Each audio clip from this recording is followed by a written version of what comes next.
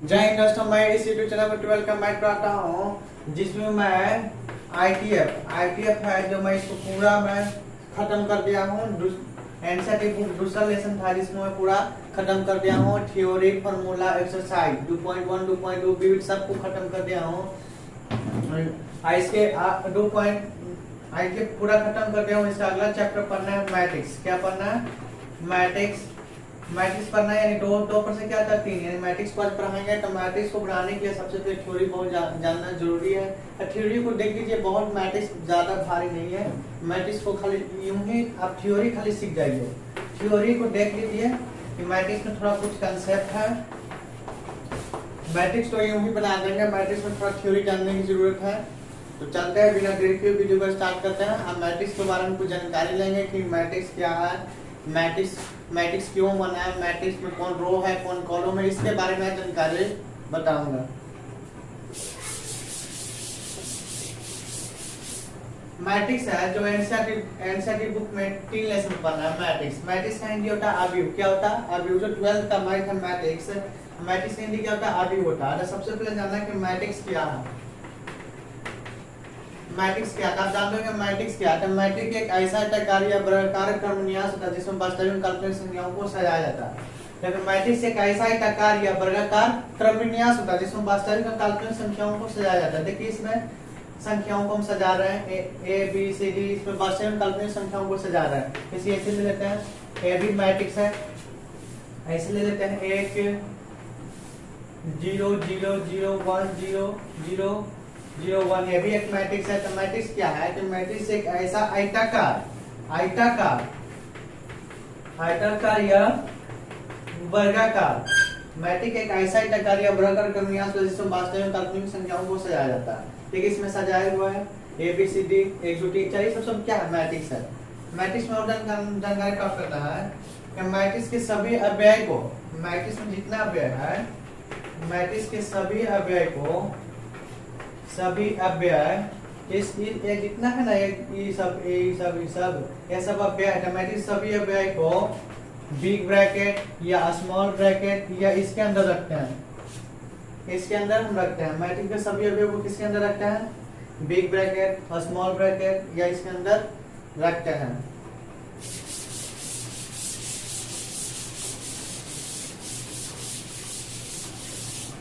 अगला आपको जानकारी प्राप्त करना चाहिए कि मैट्रिक्स का कोई निश्चित रिप्रेजेंटेशन नहीं होता है। मैट्रिक्स का कोई निश्चित रिप्रेजेंटेशन नहीं होता है। इसका रिप्रेजेंटेशन नहीं होता है। मैट्रिक्स का कोई निश्चित रिप्रेजेंटेशन नहीं होता है। आपको जानना चाहिए, आपको पता होना चाहिए कि मैट्रिक्स के सभी अवयव किसके अंदर रखते हैं? बिग ब्रैकेट या स्मॉल ब्रैकेट या इसके अंदर रखते हैं। क्यों मैट्रिक्स के सभी अवयव को किसके अंदर रखते हैं? जितना एलिमेंट है मैट्रिक्स सभी अवयव को बिग ब्रैकेट या स्मॉल ब्रैकेट इसके अंदर रखते हैं। तो सुंदर एवं आकर्षण दिखाने के लिए इसको हम बिग ब्रैकेट में ज्यादातर उपयोग करते हैं। तो सुंदर एवं आकर्षण दिखने के लिए, सुंदर एवं आकर्षक दिखाने के लिए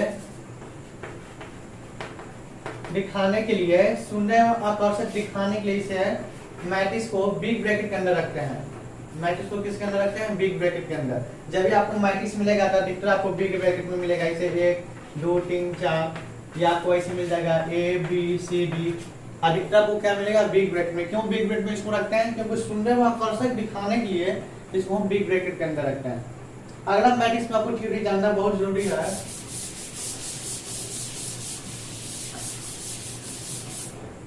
मान लीजिए कि लेते कोई मैट्रिक्स है ए बराबर A B C D. Suppose मान लीजिए कि लेते ए बराबर कोई मैट्रिक्स है। तो मैट्रिक्स में जो परिरेखा है ना, इसको हम रो कहते हैं। क्या कहते हैं? इसको रो कहते हैं। अब मैट्रिक्स में जो खड़ी रेखा है इसको हम कॉलम कहते हैं। क्या कहते हैं? कॉलम कहते हैं। मैट्रिक्स में परिरेखा को क्या कहते हैं? रो कहते हैं। मैट्रिक्स में परिरेखा को क्या कहते हैं? परिरेखा को रो कहते हैं। क्या कहते हैं? रो कहते हैं। अब खड़ी रेखा को क्या कहते हैं? खड़ी रेखा को कॉलम कहते हैं। बहुत सिंपल है। मैट्रिक्स मान लीजिए सपोज ए कोई मैट्रिक्स है A B C D. Matrix में परिरेखा क्या है? परिरेखा, इसको रो कहेंगे। इसको क्या कहेंगे? कॉलम खड़ी रेखा को क्या कहते हैं, कॉलम कहते हैं। हम मैट्रिक्स में पहली रेखा को क्या कहेंगे, रो, और फिर रेखा को कॉलम कहते हैं। अगर ये आप जान गए, अगला इसमें कंसेप्ट है, मान लीजिए कि मैट्रिक्स है A B C D E F, तो देखिए इसमें मैट्रिक्स में पहले वो क्या कहते हैं, रो कहते हैं, और जी एच आई मान लीजिए, तो ये रो हो गया। इसमें किए वो आपको रो दिखाई दे रहा है, 1 2 3, यानी मैट्रिक्स में पहले को क्या कहते हैं, रो कहते हैं। तो रो को रो कहते हैं। मैट्रिक्स में पहले को क्या कहते हैं, रो कहते हैं। रो को आर से शुरू कहते हैं। रो का स्पेलिंग क्या था, आर ओ डब्ल्यू, यानी रो आर से हो गया। यानी एक नंबर में इसको 1 देंगे, 2 देंगे, 3 देंगे, यानी मैट्रिक्स में पहले रो का इसलिए इसको कहेंगे R1 R2 R3 कहेंगे। अब मैट्रिक्स में खड़ी रेखा क्या कहते हैं, कॉलम कहते हैं। कॉलम का स्पेलिंग आपको क्या होता है, COLUM ना, आपको C से इसको कहेंगे कि C है, ये भी क्या है आपका, ये क्या है C है, ये भी आपका C है, ये भी आपका क्या है C, यानी C मींस क्या समझना है, ABCD का C नहीं समझना है, कॉलम समझना है। इसलिए एक नंबर पे इसको C1 कहेंगे, इसलिए इसको C2 कहेंगे, इसलिए C3 कहेंगे, इसलिए इसको कहेंगे R1 रो, R2 रो, R3 रो। इसमें रो की संख्या कितना है, 3 है। इसमें कॉलम की संख्या कितना है, 1 कॉलम 2 कॉलम 3 कॉलम, इसलिए कहेंगे इसको C1 C2 C3। यानी आप लिख सकते हैं कि मैट्रिक्स के रो को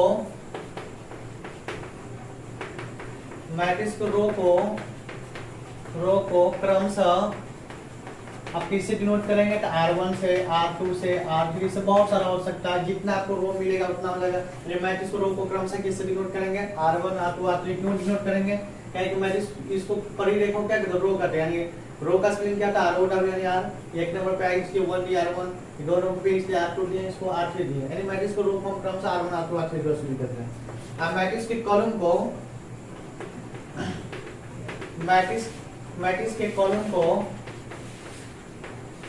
को क्रमशः किससे डिनोट कर देंगे, कॉलम यानी C, तो एक नंबर आएगा C1 C2 C3, ऐसे बढ़ते जाएगा।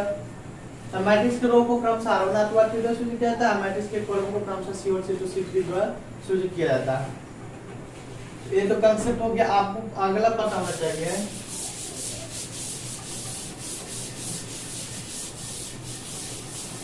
अब इसमें अगला आपको जानकारी होना चाहिए कि मान लीजिए मैट्रिक्स है A B C D E F G H I matrix है। देखिए इसमें ई रो है, इसमें रो की संख्या कितना है, 2 है। इसलिए R1 R2 का इसमें कॉलम संख्या कितना है, 2 है। इसमें कॉलम संख्या कितना है, 2 है।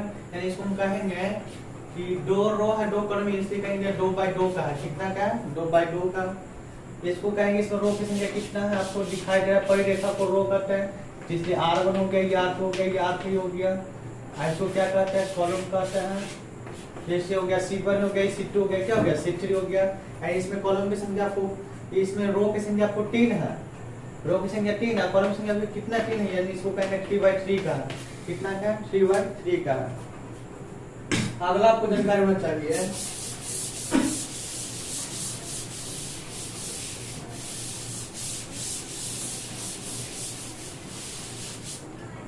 आपको जानकारी होना चाहिए कि मैट्रिक्स के जितना, आपको देखिए आपको टाइप्स ऑफ मैट्रिक्स पढ़ना है, टाइप्स ऑफ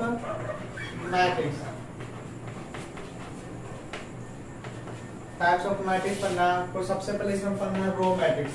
क्या पढ़ना है, रो मैट्रिक्स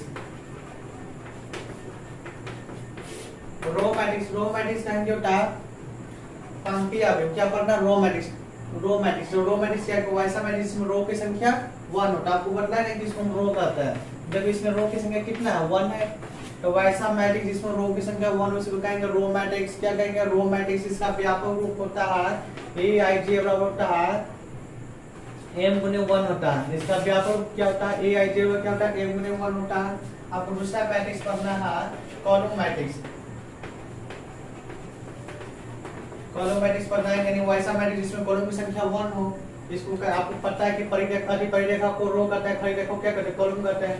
ये हो गया, इसमें कॉलम संख्या कितना है, 1, इसको कहेंगे कॉलम मैट्रिक्स क्या है, वैसा मैट्रिक्स जिसमें कॉलम की संख्या 1 उसको कहेंगे कॉलम मैट्रिक्स। इसका आपको व्यापक हो जाएगा BIJ हो जाएगा 1 गुने n होता है।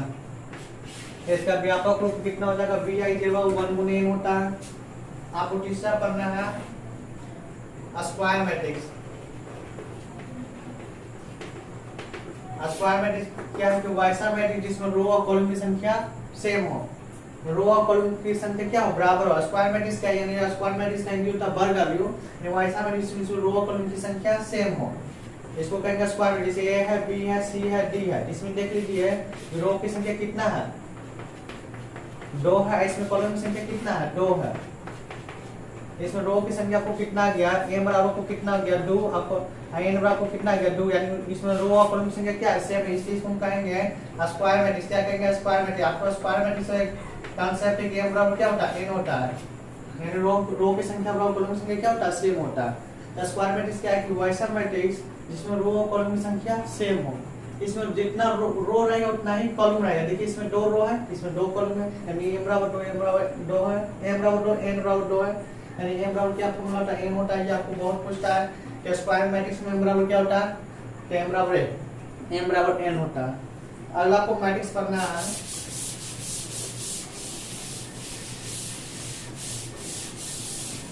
अगला आपको पढ़ना है डायगोनल मैट्रिक्स। डायगोनल मैट्रिक्स क्या है, यानी विकर्ण मैट्रिक्स कि वैसा स्क्वायर मैट्रिक्स, डायगोनल मैट्रिक्स क्या है कि वैसा स्क्वायर मैट्रिक्स जिसमें मुख्य विकर्ण के अतिरिक्त सभी अव्यय शून्य होना चाहिए, तो उसको हम कहते हैं डायगोनल मैट्रिक्स। जैसे मान लीजिए कि ये है, ये हो जाएगा 0, i0 b, इसको हम कहते हैं मेन डायगोनल, इसको हम कहते हैं मेन डायगोनल। क्या कहते हैं इसको, मेन डायगोनल, इसको कहेंगे मेन डायगोनल, इसको कहेंगे मुख्य विकर्ण। इसका हिंदी क्या हो गया, मुख्य विकर्ण, इसका हिंदी क्या हो गया, मुख्य विकर्ण। इसको कहते हैं सेकेंडरी डायगोनल, इसको कहेंगे सेकेंडरी डायगोनल, इसको कहते हैं द्वितीय विकर्ण। हिंदी में क्या हो गया, द्वितीय विकर्ण।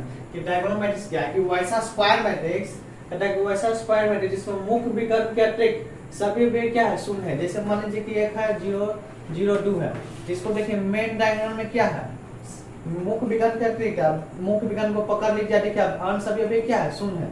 ये डायगोनल मैट्रिक्स है। आई डायगोनल मैट्रिक्स आपको कितना बाय कितना का है, तो इसमें 1 रो 2 रो 2 कॉलम है, यानी 2 बाय 2 का है।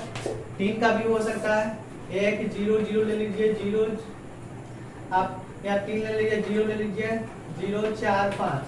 यह भी आपका डायगोनल मैट्रिक्स है। क्यों डायगोनल मैट्रिक्स है, क्योंकि मुख्य विकर्ण के अतिरिक्त कितना सभी अव्यय क्या है आपका, शून्य। ये तो मुख्य विकर्ण हो गया, मेन डायगोनल। मेन डायगोनल का अलावा देखिए कि सब क्या है, शून्य है, यानी इसका परिभाषा हो गया तो वैसा स्क्वायर मैट्रिक्स जिसमें मेन डायगोनल के अतिरिक्त सभी अव्यय क्या है, शून्य है, इसको क्या कहेंगे, डायगोनल मैट्रिक्स कहेंगे। यानी इसमें 1 रो 2 रो 3 रो 1 कॉलम 2 कॉलम 3 कॉलम, यानी कहेंगे 3x3 का डायगोनल मैट्रिक्स है। अगला इसमें आपको है कंसेप्ट है कि डायगोनल मैट्रिक्स के क्या है कि सभी डायगोनल मैट्रिक्स को हम स्क्वायर मैट्रिक्स कह सकते हैं, यानी सभी हम डायगोनल मैट्रिक्स को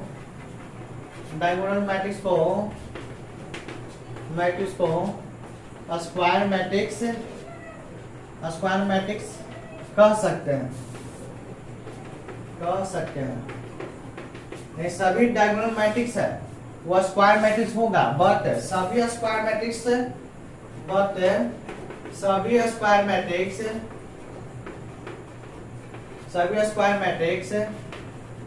डायगोनल मैट्रिक्स नहीं होगा। डायगोनल मैट्रिक्स नहीं होगा। क्यों नहीं होगा, सभी डायगोनल मैट्रिक्स जितना आपको विकर्ण अभी मिलेगा उसको हम स्क्वायर मैट्रिक्स कह सकते हैं। क्यों कह सकते हैं, क्योंकि इसमें रो और कॉलम की संख्या बराबर रहेगी, इसलिए इसको स्क्वायर मैट्रिक्स कहेंगे। लेकिन इसमें मान लीजिए कि डायगोनल मैट्रिक्स है, इसको स्क्वायर मैट्रिक्स कह सकते हैं, क्योंकि 1 रो 2 रो 3 1 रो 2 रो 3 रो 1 कॉलम 2 कॉलम 3 कॉलम, यानी स्क्वायर मैट्रिक्स है। क्योंकि m बराबर क्या है, n है, m बराबर n कहता है, इसको क्या कहता है, स्क्वायर मैट्रिक्स कहता है। इसमें भी आपको सेम है, इसमें भी सेम है, तो दोनों सेम है। लेकिन सभी डायगोनल मैट्रिक्स को स्क्वायर मैट्रिक्स कह सकते हैं, लेकिन सभी स्क्वायर मैट्रिक्स को डायगोनल मैट्रिक्स नहीं कह सकते। क्यों नहीं कह सकते, क्योंकि मान लीजिए कि स्क्वायर मैट्रिक्स क्या कहता है, यानी इसमें रो और कॉलम की संख्या बराबर होनी चाहिए। तो मान लीजिए हम सब 0 ले लिए, 0 ले लिए, तो स्क्वायर मैट्रिक्स हो गया। अब इसको डायगोनल मैट्रिक्स कहेंगे नहीं कहेंगे, क्योंकि इसका मेन डायगोनल में 0 नहीं होना चाहिए, मेन डायगोनल में 0 नहीं होना चाहिए। ये सब 0 तो ठीक है, मेन डायगोनल 0 नहीं होना चाहिए, मेन डायगोनल के अतिरिक्त सभी अव्यय शून्य होता है, इसलिए इसको हम कहेंगे कि डायगोनल मैट्रिक्स नहीं है। ये हो गया आपको 0 मैट्रिक्स हो गया। क्या हो गया, 0 मैट्रिक्स हो गया।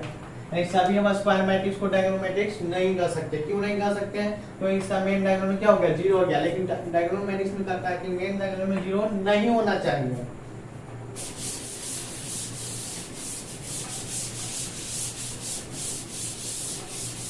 अगला आपको पढ़ना है स्केलर मैट्रिक्स।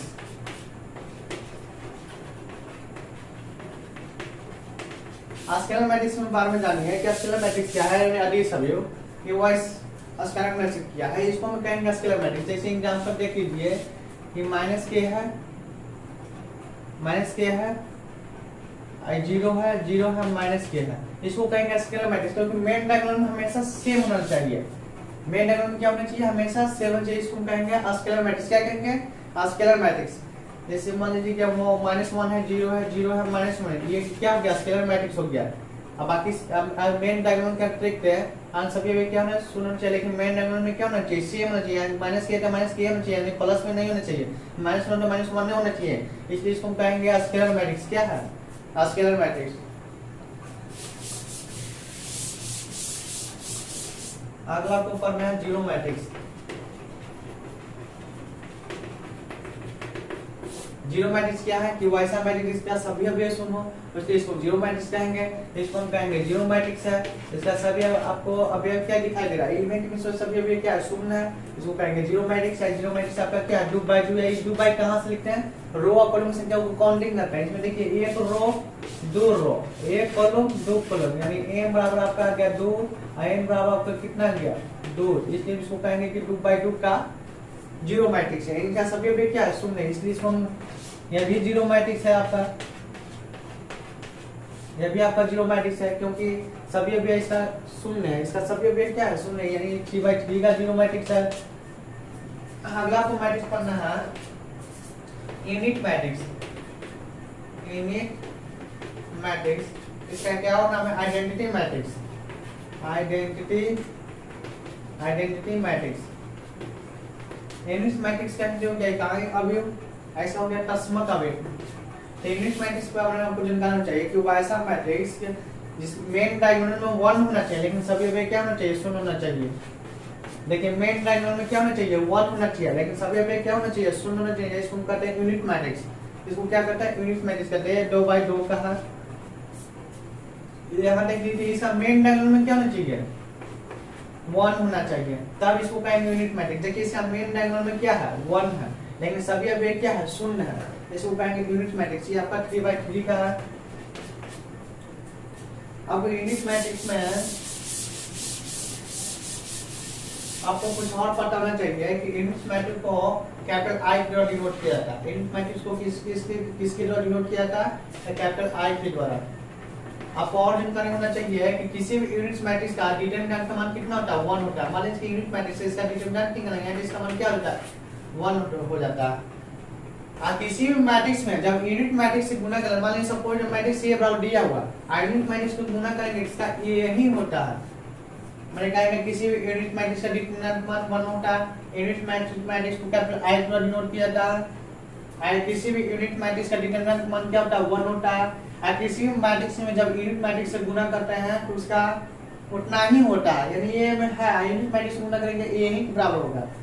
किसी मैट्रिक्स में जब यूनिट मैट्रिक्स से भाग किया जाता है तो यही प्राप्त होता है, यानी कोई चेंजिंग नहीं होगा। जितना मैट्रिक्स दिया जाएगा यूनिट मैट्रिक्स भाग देंगे तो यही प्राप्त होता है। यूनिट मैट्रिक्स को अगर वर्ग किया जाए, कि यूनिट मैट्रिक्स है इसको हम 10 बार वर्ग करें तो आपका I के बराबर होगा, यूनिट मैट्रिक्स से के बराबर हो जाएगा। आप चाहे कितना ही बार गुना कर लो, 2020 बार आप गुना करेंगे तो I के बराबर होगा। यूनिट मैट्रिक्स को पावर में भी करेंगे तो कोई परिवर्तन नहीं, आपका यूनिट मैट्रिक्स नहीं आएगा, ये कि कितना चलेगा उतना ही आएगा आपका।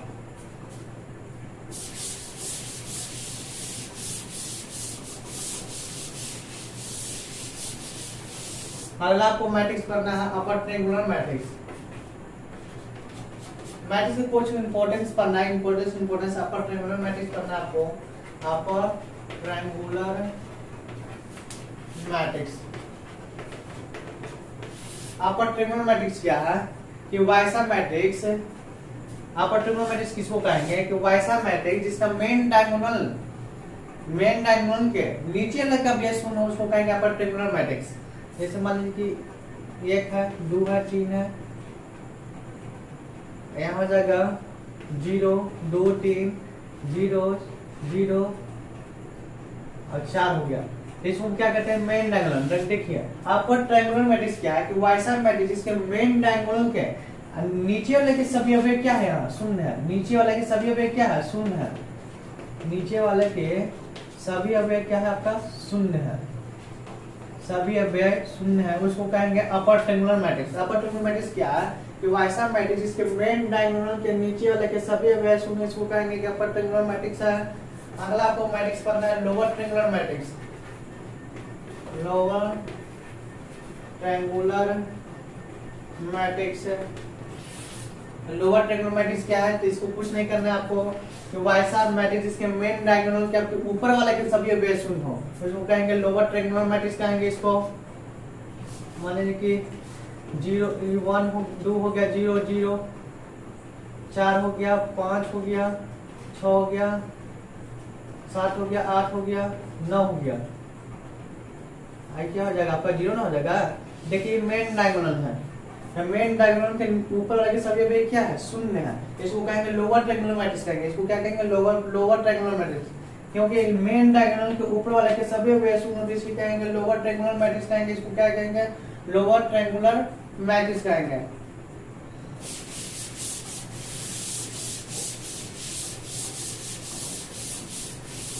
आपको पढ़ना है इक्वल मैट्रिक्स। क्या पढ़ना है?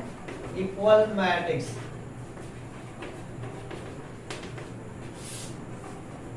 इक्वल मैट्रिक्स पढ़ना है। आपको क्या पढ़ना है? इक्वल मैट्रिक्स यानी समान अवयव पढ़ना है। क्या समान? इक्वल मैट्रिक्स कब होगा? समान अवयव पढ़ना है। क्या पढ़ना है? समान अवयव। तो मान लीजिए कोई मैट्रिक्स ए प्राप्त है, 2 है, 4 है, 3 है, 4 है। आइटम मान लीजिए कि बी और मैट्रिक्स कोई है, 2 है, 4 है, 3 है, 4 है। इसको कहेंगे समान अवयव। क्यों कहेंगे? क्योंकि इसमें रो और कॉलम की संख्या क्या है? सेम है। इसमें रो और कॉलम की संख्या क्या है? सेम है।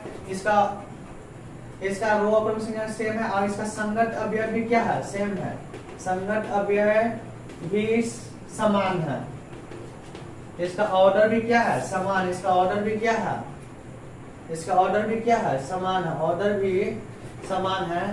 तब कहेंगे कि ये दोनों मैट्रिक्स क्या है? इक्वल मैट्रिक्स है। इक्वल मैट्रिक्स कब कहेंगे? जब इसका कॉलम, रो और कॉलम की संख्या समान हो, संगत अवयव भी समान होना चाहिए, ऑर्डर भी क्या होना चाहिए? समान होना चाहिए। तब कहेंगे ये दोनों क्या है? इक्वल मैट्रिक्स है, यानी समान अवयव है।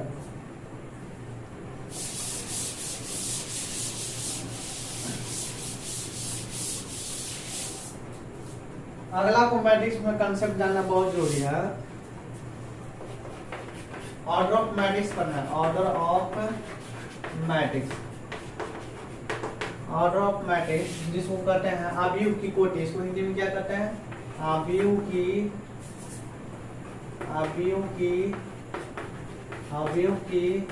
कोटि। इसको क्या कहते हैं? अवयव की कोटि। ऑर्डर ऑफ मैट्रिक्स, अवयव की कोटि। यहाँ देख लीजिए ध्यान से कि अवयव को कोटि कब कहें। मान लीजिए कि माना कि किसी मैट्रिक्स में रो की संख्या m तथा कॉलम की संख्या n हो, तो सपोज ऑर्डर ऑफ मैट्रिक्स निकालने अवयव की कोटि निकाल रहा है। माने किसी मैट्रिक्स में रो की संख्या क्या है? m है, और कॉलम की संख्या क्या है? n हो, तब आपका ऑर्डर ऑफ फॉर्मूला होता है, ऑर्डर ऑफ मैट्रिक्स का फॉर्मूला होता है, ऑर्डर ऑफ मैट्रिक्स का फॉर्मूला होता है m गुने n होता है। क्या होता है? m गुने n होता है। अवयवों की संख्या बराबर होता है आपका m गुने n, और जितना गुणाकार किया आएगा उसको यहाँ लिखाएगा, इसको कहेंगे अवयवों की संख्या। ऑर्डर ऑफ मैट्रिक्स याद है, बहुत इम्पोर्टेंट है। आप अगर आप ये समझ जाएंगे तो आपका एक्सरसाइज 3.1 है, आपका फ्रंट बन जाएगा। 3.1 इसी पर दिया हुआ, ऑर्डर ऑफ मैट्रिक्स पर दिया हुआ है। अवयव की कोटि, यानी इसमें सुनने के माना किसी मैट्रिक्स में रो की संख्या क्या है? m है, और कॉलम की संख्या n है, तब आपका ऑर्डर ऑफ मैट्रिक्स का फॉर्मूला क्या होता है? m गुने n होता है। अवयवों की संख्या में क्या होता है? m गुने n बराबर डॉट डॉट होता है। आप इस समझिए, याद कर लीजिए कि ऑर्डर ऑफ मैट्रिक्स का फॉर्मूला क्या होता है? m गुने n होता है, अवयवों की संख्या बराबर m गुने n होता है। आप ध्यान लीजिए कि रो को हमेशा किससे लिखेंगे? m से, और कॉलम को किससे लिखेंगे? n से। आपको बस यही याद करना है। इससे ऑर्डर ऑफ मैट्रिक्स हो जाएगा m गुने n, अब ये वो संख्या क्या जाएगा m गुणे n जितना आएगा गुना करके लिखा जाएगा। इसमें देखिए एक मैच देते हैं,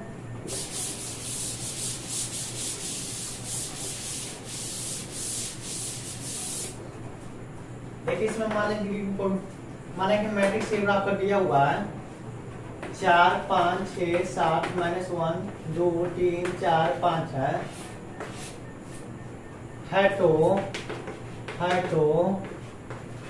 तो अवयव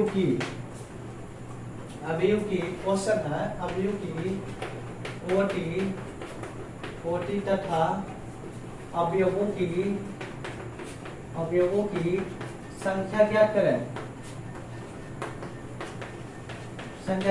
कुछ नहीं करना आपको। इसमें ये क्वेश्चन आपका कि ये मैट्रिक्स इतना दिया हुआ है तो आपको निकालना अवयव की कोटि। क्या निकालना आपको? अवयव की कोटि। यानी अवयव की कोटि में क्या करते हैं? Order of matrix. अपनी अवयवों की संख्या निकालना है। सबसे पहले आपको लिख लेना है कि तुमको आपको दिया हुआ ये कितना दिया हुआ है 4 5 6 7 -1 2 3 4 5 इतना ही ना दिया हुआ है मैट्रिक्स। आप इसमें काउंटिंग कर लीजिएगा कि m बराबर कितना है, यानी m किसको करते हैं? रो की संख्या ना, इसलिए एक रो 2 रो 3 रो, यानी m बराबर आपको कितना आ गया 3। n बराबर यानी कॉलम की संख्या कितना है आपको? 1 कॉलम 2 कॉलम 3 कॉलम, यानी n बराबर कितना हो गया 3। आपको निकालना क्या है? अवयव की कोटि। अवयव की कोटि यानी इंग्लिश में इसको कहते हैं ऑर्डर ऑफ मैट्रिक्स। हम आपको बताए कांसेप्ट में कि ऑर्डर ऑफ मैट्रिक्स फॉर्मूला होता है आपका m गुने क्या होता है? m होता है, यानी m की जगह पर आपको कितना है? 3 है, n की जगह कितना आपको 3 है। यही आपका आंसर हो गया। ऑर्डर ऑफ मैट्रिक्स और आंसर क्या होगा? 3/3 गुने 3 हो गया, यानी 3/3 हो गया। जो आपको दूसरा निकालना अवयवों की संख्या, नंबर ऑफ एलिमेंट निकालना, अवयवों की संख्या। यहाँ लिखना अवयवों की संख्या। अवयवों की संख्या क्या हो जाएगा? m गुने n होता है, यानी 3 गुने 3 है, इसको गुना करके लिखना, 3 की 9, ये हो गया अवयवों की संख्या। अब इसको ऐसे भी अगर ऑब्जेक्टिव आ जाएगा कि इसमें अवयवों की संख्या कितना था आपको गिन लेना, 1 2 3 4 5 6 7 8 9। आपका अवयवों की संख्या कितना हो गया? 9, यानी इसको गिन के लिख देंगे। अगर 2 नंबर पूछेगा तो आप इसको ऐसे बनाइएगा कि आपको सबसे पहले ये देखना है कि रो की संख्या कितना है, तो 1 2 3, कॉलम की संख्या 1 2 3, order of matrix of formula m गुने n यानी 3/3 आंसर हो गया। अवयवों की संख्या m गुने 3/3 हो गया।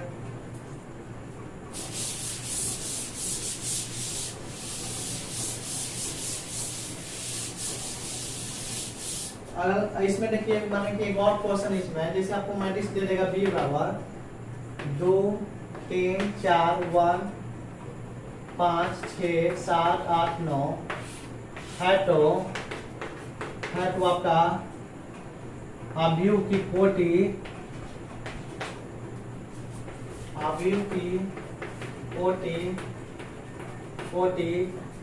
तथा अवयवों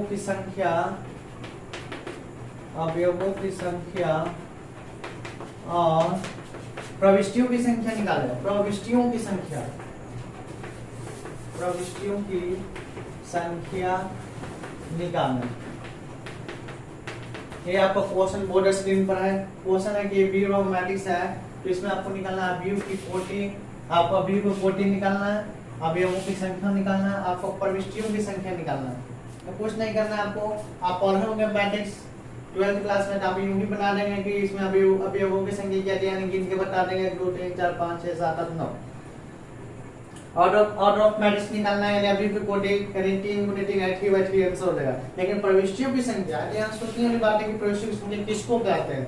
यहाँ देख लीजिए गिवन आपका क्वेश्चन है b बराबर 2 3 4 1 5 6 7 8 9। अगर 2 नंबर में आ जाएगा सब्जेक्टिव तो आपको ऐसे बनाएगा, ऑब्जेक्टिव आ जाएगा तो आपको यूं ही बता देंगे कि अवयव की कोटि यानी 3/3 हो जाएगा। अवयव की संख्या गिन को बता देंगे। लेकिन 2 नंबर में आ जाएगा तो आपको कुछ लिखना पड़ेगा। यहाँ आपको यहाँ m बराबर कितना हो गया? m बराबर क्या होता है? रो की संख्या, यानी 1 2 3, कॉलम की संख्या क्या हो जाएगा? 1 2 3, इसको एम्स लिखते हैं। हम आपको पढ़ा है अवयव की कोटि में निकालना है, यानी ऑर्डर ऑफ मैट्रिक्स। आप यहाँ लिख सकते हैं ऑर्डर ऑफ मैट्रिक्स बराबर फॉर्मूला क्या होता है? m गुने n। आप यहाँ लिख सकते हैं 3/3, आपका आंसर हो गया।